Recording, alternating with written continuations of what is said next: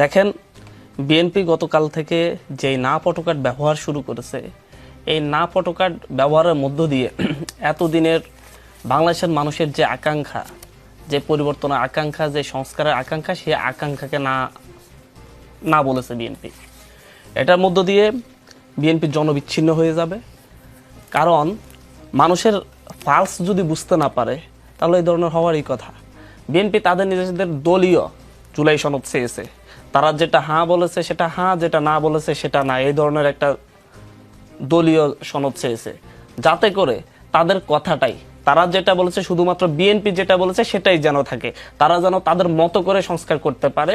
এর বাইরে যেন দেশের মানুষ, অন্যান্য রাজনৈতিক দল সহ সাধারণ যে মানুষগুলো আছে, তাদেররা কি চাই সেটার প্রতি বিএনপির কোনো কর্ণপাত নেই, শ্রদ্ধাবোধ নেই।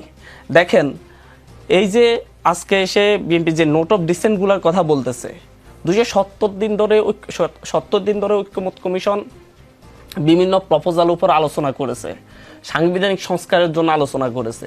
এই সাংবিধানিক সংস্কারের জন্য আলোচনাটা মূলত হচ্ছে একটা গণপরিষদের মতোই আলোচনা হয়েছে।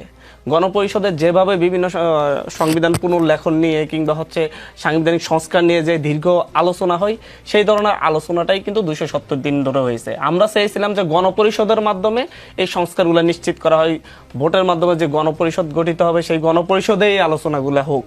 কিন্তু বিএনপি সেটা মানে নাই বলে ঐক্যমত্য কমিশনের মাধ্যমেই এই আলোচনাগুলো হয়েছে।